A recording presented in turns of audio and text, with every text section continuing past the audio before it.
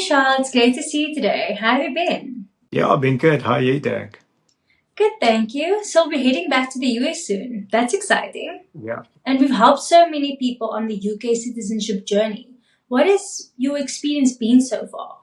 Yeah, it's been great. We trialed this with Boston to see who would be interested in establishing their citizenship claim to the UK.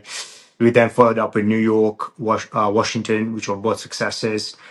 And we're going to be in Texas actually holding a conference and speaking at a conference on how to move to the UK.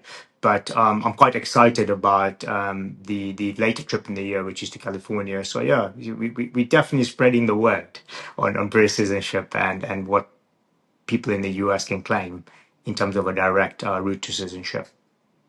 So, from what you've seen during your time in the US, why do you think Americans are considering leaving? Yeah, I mean that definitely was an interesting question I posed to quite a few people that I saw down there, and not all of them were answers that I expected. We had a lot of people saying what I expected, which is the whole political scene at the moment, and not everyone agrees with some of those policies.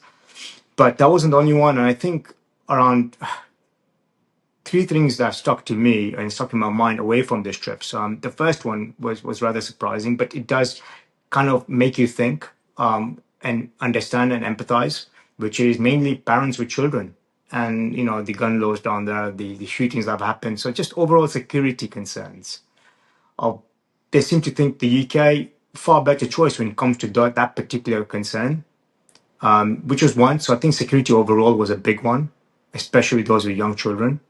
The second one was actually costs. Living in London myself, I find things quite expensive on its own. But when I hear from people living in the US, for example, their private school fees can be around the 38,000 mark. The average private school fees here are around 21,800 pounds for the year. So there's a saving here if they were to come down and educate the children here. Not to mention security, of course, with our title laws and those type of things. And the last one is just a plan B overall. We've had like things like the non-dom tax being scrapped. So we're getting a lot of high net worth individuals from the US wanting not just to invest in the UK, but actually move to the UK, live here. And in fact, one of the articles last week, I don't know if it was Financial Times or one of the other ones, reported Scotland being the go-to place for most wealthy Americans, which in my sort of time there, I tend to think they are quite happy to follow their lineage. So they want to connect with the ancestral past. And a lot of them have Scottish-born grandparents. So it kind of makes sense, actually, that they want to go there. So it's just overall plan B. May not want to move immediately, but if they want to move and retire, they'll have the British passport ready, which, of course, we can help with. So those are my sort of three surprise takeaways on why Americans are looking to establish a home in the UK. So, many Americans have ancestral links to the UK. Can you expand on that? Yeah, I'm finding that out more and more as as I talk to everyone based down there in the US. I think I don't know how true this is, but they report that over 200 million Americans have some ancestral connection to Europe, mainland Europe, not just the UK, of course. And of that, 60 million of them have British heritage. That's a lot of people. But then again, the US is vast, so I'm not surprised. So it's interesting because their version of citizenship is if you're born in the US soil, you're a US citizen by birth. It's just solely sort of by soil. Whereas with British citizenship, as you know through our previous talks, Shannon, it's by descent, double descent. So it's basically through lineage, and a lot of that was kind of as you will learn a little bit later in this conversation. A lot of that was male orientated, i.e., you could get it from your father and his father, and so it goes on. So now that those rules have changed, I'm finding a lot of Americans want to connect with their heritage, who they really are as such.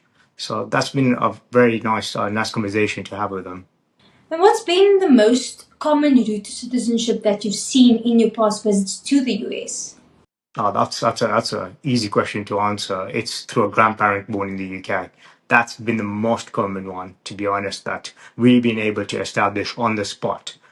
when meeting US citizens based there. So these are people that were born in the US before 1988, with a grandparent born in the UK, ideally not a paternal grandfather, because the idea is that this new law that kicked in June 2022, Section 4L, is trying to address gender discrimination in the past. So you want to be able to argue things like, oh, if my maternal grandfather, my mother's father, was born in the UK, my mother was British all her life, but as a woman, she couldn't pass her citizenship on to me, and me being the person born in the US before 1988.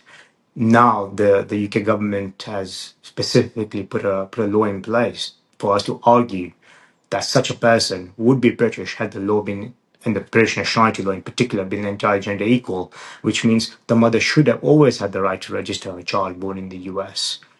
Just because she's a woman should not have stopped her. And the same thing would apply to a father's mother born in the UK, for example. The father should have always been British through his mom. So for the first time, Shannon, we can argue these things, and that's leading to a lot of direct links to British citizenship with those who have grandparents born in the UK. Amazing. Thank you so much, Michelle. Thank you for your time. That was really insightful.